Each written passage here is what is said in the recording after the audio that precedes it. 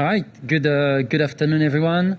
I can see we still have some people are joining in, so I'm going to start slowly. My name is Sebastien, so thank you everyone for joining today. While people are still settling in, I'm going to start with something that I've heard a lot today, also previously, but it's the question that we will ask someone is like, how accurate is your CMDB? Can you trust it?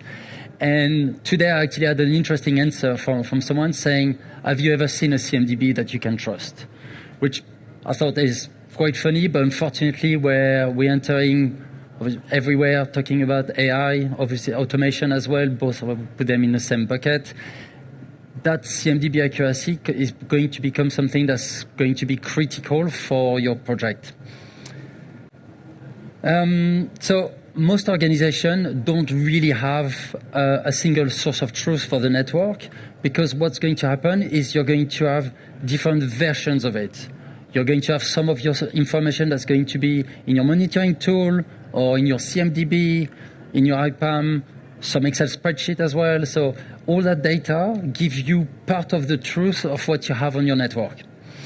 So each of those are going to be important, and they give you part of the information, like I said, but the problem is are they consistent with each other, and how often do you keep them up to date?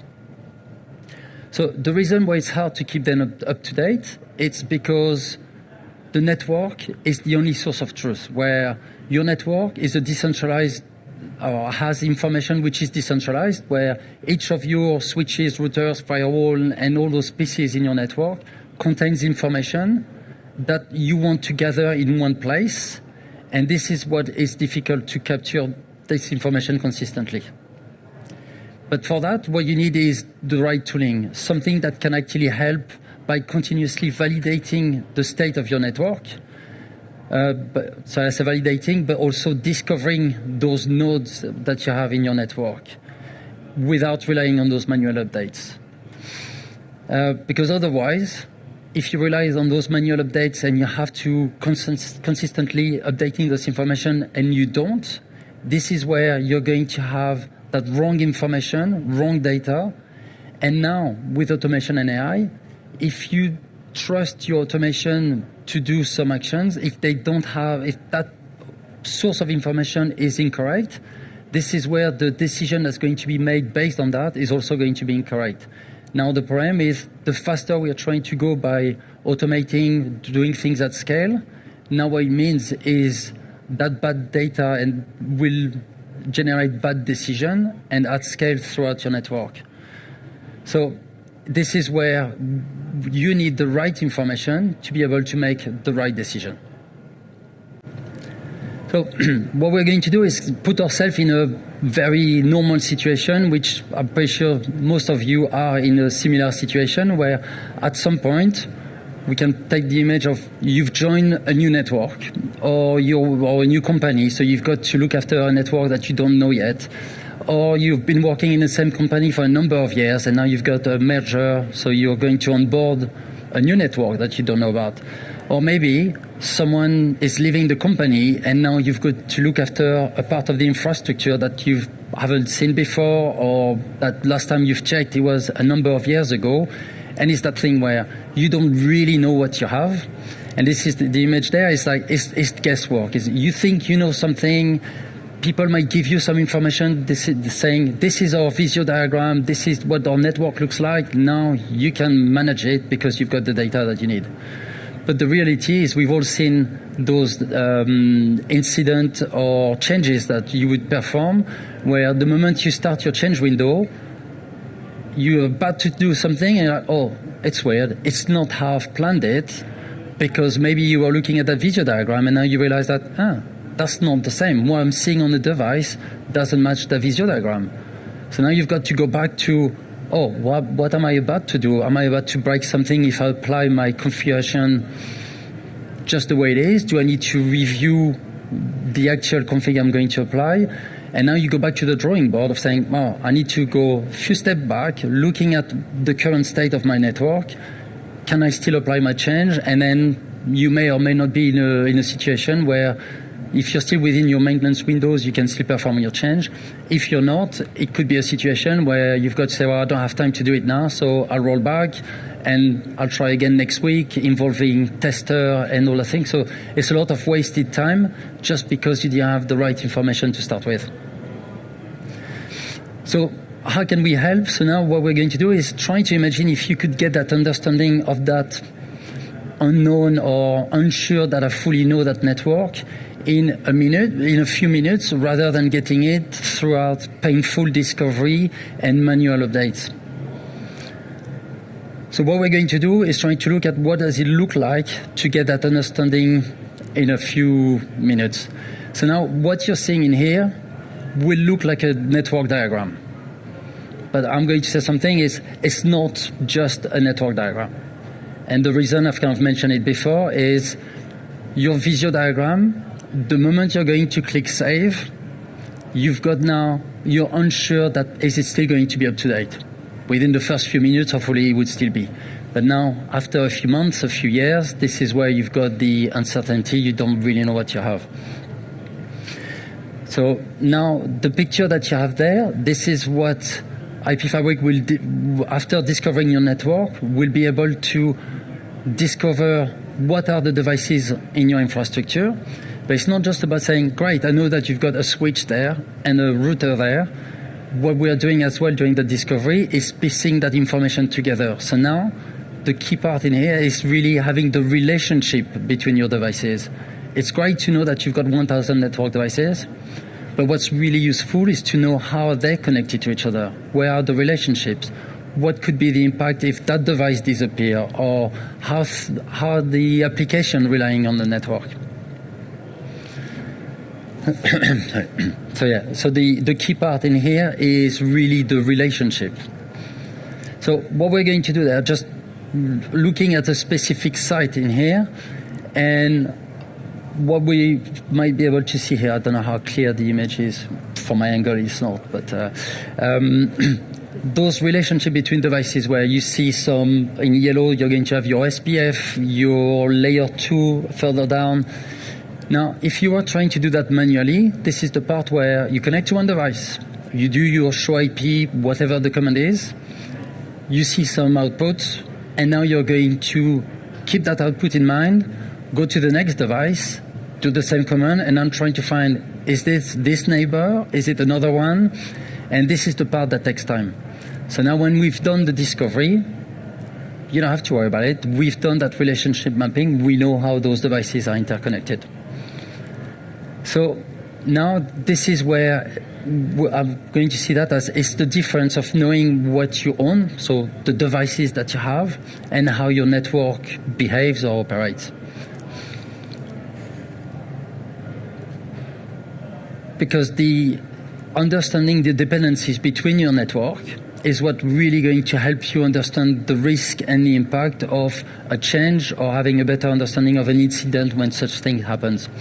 So now what you're seeing on the right-hand side is a similar topology as the one that we see there, which has been pushed into ServiceNow with that dependency mapping of how are those devices connected. So now if you want to put that in place into your CMDB, you can have the affected CI that would kind of say, if I've got an incident affecting one of those devices, what are the dependents? What else could be affected in my network? So now, because as I can see, we're showing in here, we understand how things connect. But it also means that if we can show this, it also means that we've got a good understanding of what are those things. So going back a few steps back is, it starts with that inventory. I was talking about the relationship, but if we know the relationship, it means we've got the understanding of the devices that we have in our network. So in here, what you have is a CMDB, something that looks like maybe you have the same in your Excel spreadsheet, maybe you have that somewhere else in your source of truth. The main difference in that situation is you haven't done that manually. That data is coming directly from the devices that we've discovered. So no more, I've mistyped a serial number and now I've got duplicate entries with different serial number, which is going to have an impact from a maintenance perspective. or the wrong model number for a switch because I forgot that there was a letter somewhere where the same model doesn't have that letter. So you've got information that's available extremely quickly and that you can trust because there is no more manual error when you've extracted that information. So that's the example in what we had in IP Fabric, and now that's the same information that has been pushed into a CMDB. So that's the example with ServiceNow. And again, with that, you've got the option now of having an accurate CMDB. So when you've got your security team, your CyberOps, or depending on how we want to call them, and they're going to say, how many devices do we have that are running this OS and that version? Instead of doing that guesswork before, we say, well, we think we've upgraded the last devices on that version, but you're not too sure. So what do? You're probably going to spend some time, more or less quickly, depending on your automation strategy, if you've already got ways of gathering that information. But you still have to be involved as a network engineer to help that cybersecurity team to find the right information. Where now, if you've got a process where you're pushing that and now your CMDB become a place that they can trust because they know they've got up-to-date information, in a good way, you're out of the loop. They want a question, they're asking a question, they know where to fetch the information, they don't have to come to you for, can you check this? Now maybe they'll come back to you only because it's like, well, we've seen that you've got 3 devices using that version that we should not have. Can you please correct this? And I've mentioned ServiceNow, but this is not the only place where having that up-to-date information matters. And okay.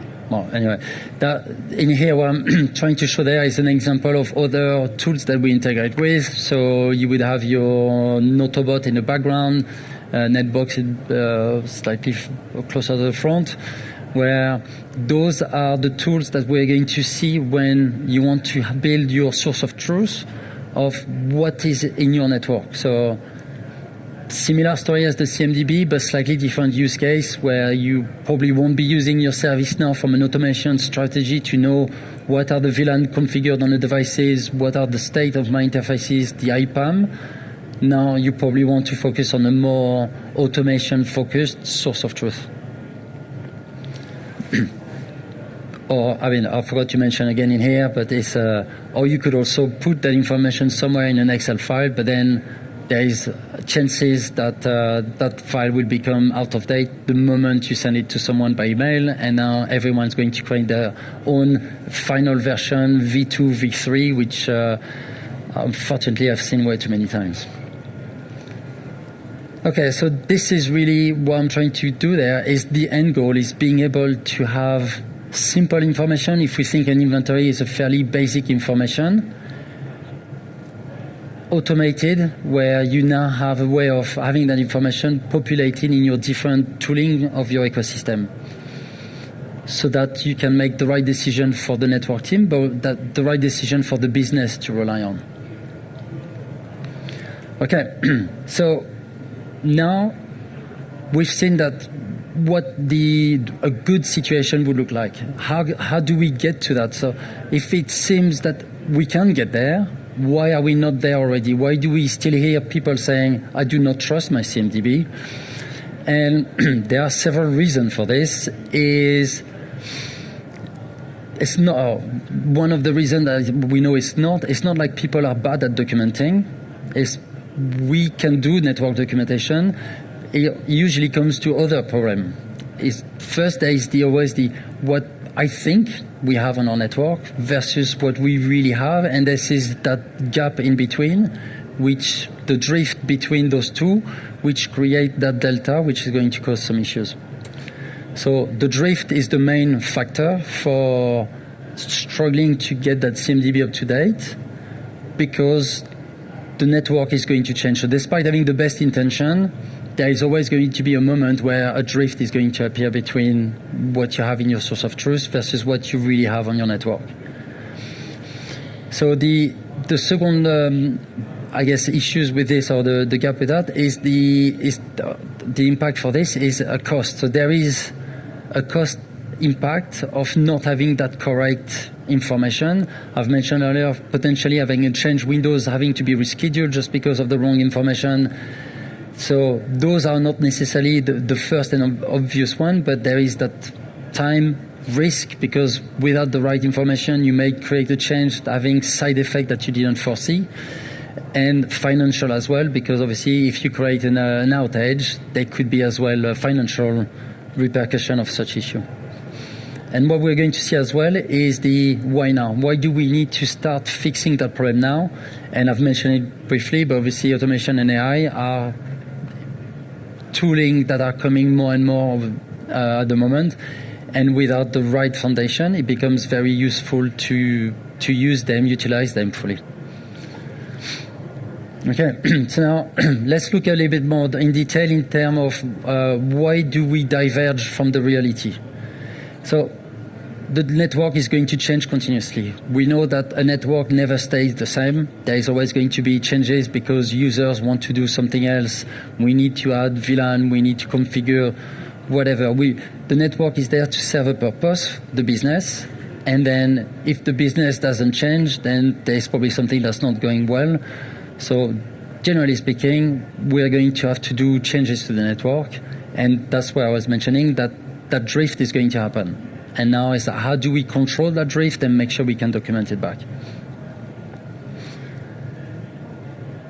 Another issue in terms of the gap is manual updates. So when I've mentioned this is you do a change, you finish late, you've done some quick test, and now you're like, oh, I haven't got time to do the documentation. It's all right, I saw that next week, tomorrow morning. But then we all know the reality is there's probably going to be another fire next time, and documentation can wait. And unfortunately, it's often something that keeps being postponed until there is an incident, and then we've got to go back to the drawing board, or some regularity audit. Someone wants to actually, we need to prove that we have documented our network. And now this is where people are going to spend a huge amount of time to update that information. So the relationship drift is really what is the problem there, where even if you think about that simple example of updating your Visio diagram because you've added a device somewhere, it becomes difficult to also update everything that's kind of depending on those devices, where it's easy to add one device into a diagram, but in terms of is the application going to be monitored somewhere? Do we know what else is changing by just adding that one device? And this is where there is that drift that becomes bigger, where your monitoring tool, for example, may have an understanding of the devices, but without understanding the relationship in between. So that was for the kind of the drift between what you have on your network and documentation. Now we're going to look slightly more into the cost. Like, what's the cost of having that wrong information? I've mentioned it's slower troubleshooting, or more time to prepare or plan or do perform a change windows, including your post checks as well. So everything is going to tend to be a lot slower. The risk I've mentioned as well, where now having a change that's not properly managed is going to create those risks by you change something somewhere, but now you didn't know that another application was also using this that you've affected, and now you've got that outage in your hand, which could also cause that problem with the money. Whether it's going to be a fine, or the example I've got in here as well is something, and I'll mention as well from a customer example, where what we did with them when they started a POC with us, they knew they had a big problem with their CMDB accuracy. And with a small gap, and I'm just looking at the number, I can't remember, but they've started with discovering around 400 devices. And what they've realized once they've discovered those 400 devices and compared that information with what they had in their CMDB, they've realized that there was a 10% gap. And by that, I mean 10%, so around 40 devices inside ServiceNow, which were not on the network. So now it may not seem like a lot, For some people, they would say 40 is not too bad. But now that wasn't the full scope for them. That was only a partial part of the network. Then they discovered the full scope. And obviously, that gap did not go smaller. It tended to be even more. But what does it mean in terms of impact? For them, it was just like, what we have in our CMDB is what we're going to use for maintenance renewal. So it means that those serial number, the information that we have in ServiceNow, it's very possible that we are paying maintenance for it, but those devices are not in production. So now if you multiply, I don't know the cost, the average cost of maintenance for a device, but once you start multiplying by the number of phantom devices, now you start thinking, oh, that's a huge amount of money that we've spent for absolutely no reason. But that's only one side of the story. There is also the other side of the story where it could be the other way around, where we would see a device in your network, but it's not in your CMDB. And now, slightly different, but now you don't have any maintenance for it because maybe you don't have it in your CMDB. So the day there is a problem, you can't easily contact the support. So then there is always that extra process because it's like, well, it's not supported. Can we add the support, the maintenance? So not having that information is also going to slow you down or add extra processes or things that you'll have to perform. Yeah, and so it's really finding that gap both ways of things that we have discovered and that maybe are not in your documentation. The other example as well, where outside of the CMDB, it's also what do you use to update and populate your monitoring tools. Now, if we've discovered a network device that is not in your CMDB, are we sure that it's fully monitored? Is it on our monitoring system? Has it got the standard configuration that we were meant to be using? So all those questions can cause some impact as well. Okay, and now the why now? Why do we need to do that change now? So this is the part where there is the pace at which things changes. So we always change the network, and we need to do more changes, and we don't have time to go back. So yeah, keeping things updated manually is not going to work. Now there is also the regulatory requirement where we have to be compliant with some specific framework, and for that we need to provide documentation.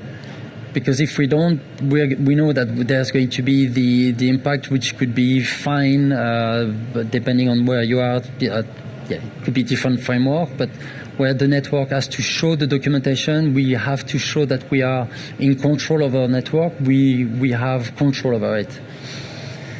And the last one is going to be the automation and AI, where we know that human used to be what would do the correction layer, but now we are doing it more and faster using the help of automation and AI. But like I've mentioned, if the inputs that you're sending to your AI or automation is based on that wrong information, you're just going to get not just the wrong output, but also the wrong action that is going to perform, which can be causing more issues to your environment. Okay, so now that we've defined the problem and the potential solution, what I want to know to show now is going to be how can we help with validating this reality. So IP Fabric, its role is going to, like I've mentioned, is going to be first to discover your network. And this is where we go from a very similar approach to the network engineer to find out what the devices are in your network, extract that information, normalize that information, because it could be multi-vendor where you could have your fabric in your data center, which is not going to use the same technology as your campus or your LAN or your firewall, and all of that information, it's going to be brought into the same place with a similar output, because from our perspective, a routing table or a firewall policy, regardless of what device is behind it, it's always going to look the same. And now we're able to do that verification as well, because we've got that normalized data. And finally, once you've got and collected that data, you can reconcile it with your ecosystem, like we've mentioned before, whether it's to push into one network source of truth, your netbox or equivalent, and then from there, that tool will now start populating different systems, which could be now your CMDB, your inventory, your monitoring tools. So where everything now that you have your correct representation of what you have in your network can be fully updated. Okay. So before I start, I'm going to move to a live presentation of IP Fabric, but also show some example of MCP. But before I do that, I just wanted to, if there are any questions, please feel free to ask, because the goal of that live demo is something that I want to make sure like you see something that you find useful. So feel free to ask any questions. Thanks.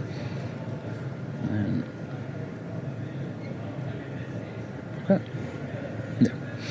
Perfect. Okay. So for this, what I'm going to do. Sorry, I just realized I've missed. Okay, should be slightly more visible. Okay. Can we see okay at the back? I just want to make sure, is that visible enough, or would you prefer bigger? No. Okay, thank you. Okay, so now I'm in the UI of IP Fabric, and what we're going to see here is different snapshots. The snapshot being what is produced after that discovery. So discovery is IP Fabric find what are the devices, extract the information, and bring it into the UI, or into the tool, which we can then query.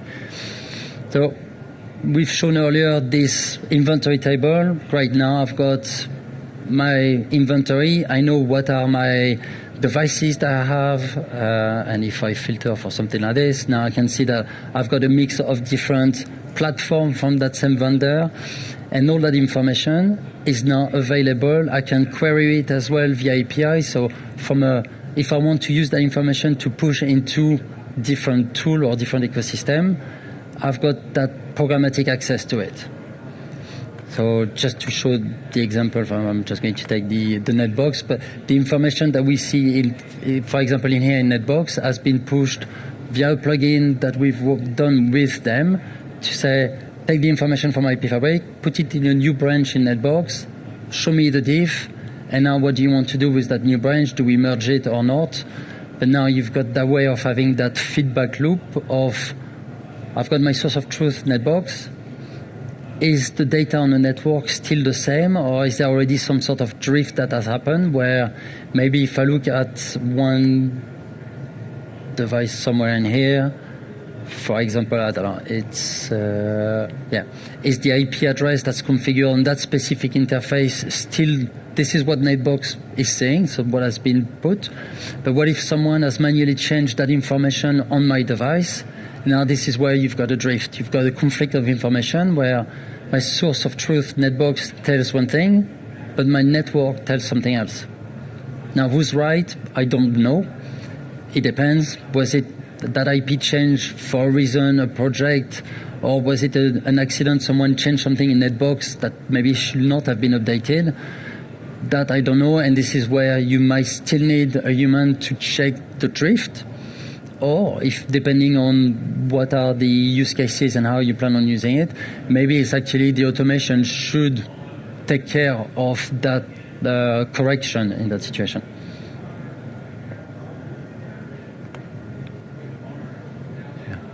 Okay, so that's from the simple CMDB, I guess, updates. The other thing I wanted to show now, just to have a better understanding, it was based on the diagram. So we've seen this topology, which is a representation of connection that we have between the devices.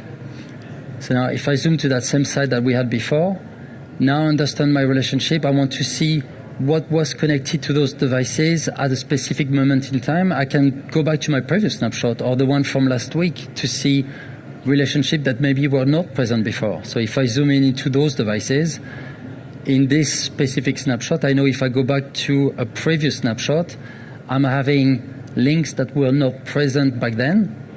So now if I wanted, I could compare those two snapshots to say, show me the difference, again, from a relationship perspective. And now that would show me that between those two moments in time, new links have been added between those devices. But that's from a relationship perspective. Now maybe I want to go further than that. It's great that I can see the relationship between devices, but now I want to understand further how my network behaves. So if I've got a user somewhere connected into one of my sites, and maybe the issue that I'm going to get is I'm going to receive a ticket from someone saying I cannot access a specific application. So I'm going to use this one where I've got a source IP destination and someone is going to tell me I've got an issue, I cannot access my destination. So now what IP Fabric will do in that situation, what we've collected from the devices is not just the configuration, but the state of those devices. So by that, I mean, is we showed earlier the OSPF relationship. You don't get that relationship just from the configuration. You need to look at the state of my OSPF in that situation. But we're also collecting routing table, ARP table, MAC address table, which help us understand the forwarding that those devices were doing at the time of that discovery. So in this example, we see that there is a firewall that's dropping this flow. But then what I can also see, it's what's happening further down the line. And why that could be useful, so this one is a lot more from an operational perspective. It would avoid potentially having I receive a ticket, I open one firewall, I close the ticket, and the next day you've got the user complaining that it's still not working. Oh, we didn't know that there was another firewall further down the path. So now that we have this information, what we can do is perform the change if we want to change this, create a new snapshot, and now we can have that confirmation of how does it look like afterwards. And that's because I'm using the wrong one. So I was using the wrong port. I was on 3389 for different use cases. So, okay, so just to show again. So now that I'm on port 443, that was the use case. So before we actually had both firewall blocking the port 443, and after the change, now we can see that both firewall are green. So in that case, the security has applied the policy correctly on both firewall. So now I've got confirmation that the path is working. Okay, and now the last thing I wanted to show is going to compare further that path lookup and show how an AI, so an MCP server in our situation with the help of LLM, can use that data to provide, I would say, human readable and not just as a diagram, information that would help with the understanding of what has changed on the network. So this is the use cases where I need to go back to my firewall in here. So now it's a slightly different, it looks the same, it's a slightly different use case where now my firewall in red is there for a compliance perspective where I do not want those users to be able to access that destination on that specific port on RDP in that situation. So now what I'm seeing is my firewall is correctly blocking that flow, and I'm happy because that's what I wanted. But now what happens on the next snapshot, it looks pretty much similar, but the firewall is no longer there. So in this situation, what happened is routing has been done differently, so now the firewall is being bypassed and we go directly to the next device. In reality, it could be something a lot more complex than this, where you perform a change and then there is something somewhere where now you're going to route that network through a slightly different path, and maybe instead of going through one firewall over there, the traffic is now going to use a different one which may not have the same rules in your firewall. Or, like in this case, maybe you don't even go through a firewall. So if you're a compliance, for looking at it from a compliance perspective, you look at the firewall and it looks good because you're blocking what you should be blocking. But if your traffic doesn't hit that firewall, that's not going to achieve the goal that you are trying to do with this.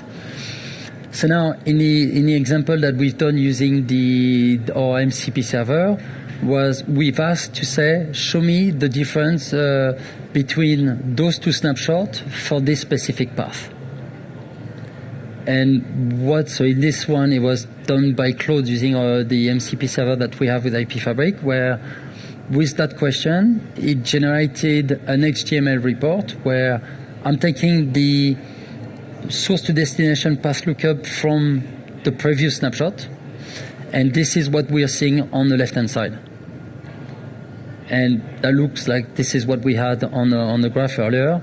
But we can already see that it added that extra command to say now that device has been removed when we look at the next snapshot. And now if we look at the next snapshot, we see that similar format, and now we've been highlighted in red that firewall has been removed.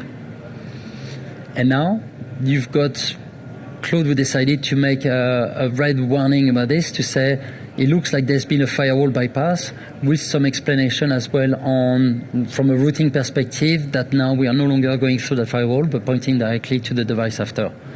So now this is some sort of the use case that you can start achieving because you've got information that you can feed to an LLM via the MCP server, where without that correct information, it would be very difficult to use such agent because it won't know how to get that information. And that's going to be, I guess, even more true when you're not using some sort of controller for your network, and that information is going to be spread throughout an environment. And probably the last thing before, I guess, further question I want to show is something, or maybe the second one was similar path lookup, but this one was an interesting topic that we had as well with a few people yesterday about the MTU as well. How can we put on top of that representation MTU information, because I want to ensure that my MTU is going to be consistent, not just on the link to see that both of my interfaces configured the same way, but now looking at it from a full path perspective.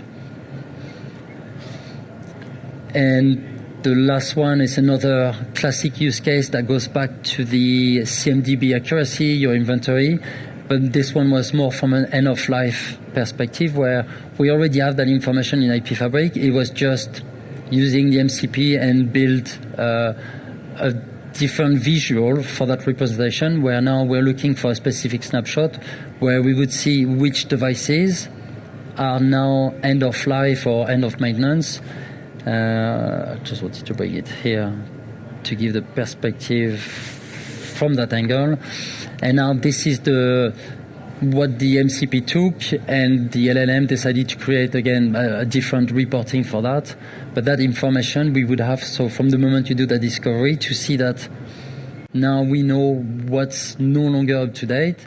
And as we mentioned with the customer I was mentioning earlier, for them being able to see that information was a great help to say, well, now we know that we can ask our management for further budget just because we know we've got this potential problem, and we just need someone to say, what do we do? Do we accept the risk that we're running devices that are no longer under support? Or if we don't, then we need to ensure that we're going to have the right budget so that we can work on the replacement for those. Okay. Thank you very much. Are there any questions, any comments? Nope. Okay. Well, otherwise, if you've got any further questions, you can always come and see us. If it's to do more deep dive from an MCP server to see what are the things that we can achieve with those. It's obviously, from our perspective, the early days. We haven't released it publicly yet, but we're doing some beta testing. Or if it's more from the use cases where we can help as well, feel free to come and see us in a world of solution. All right. Thank you very much.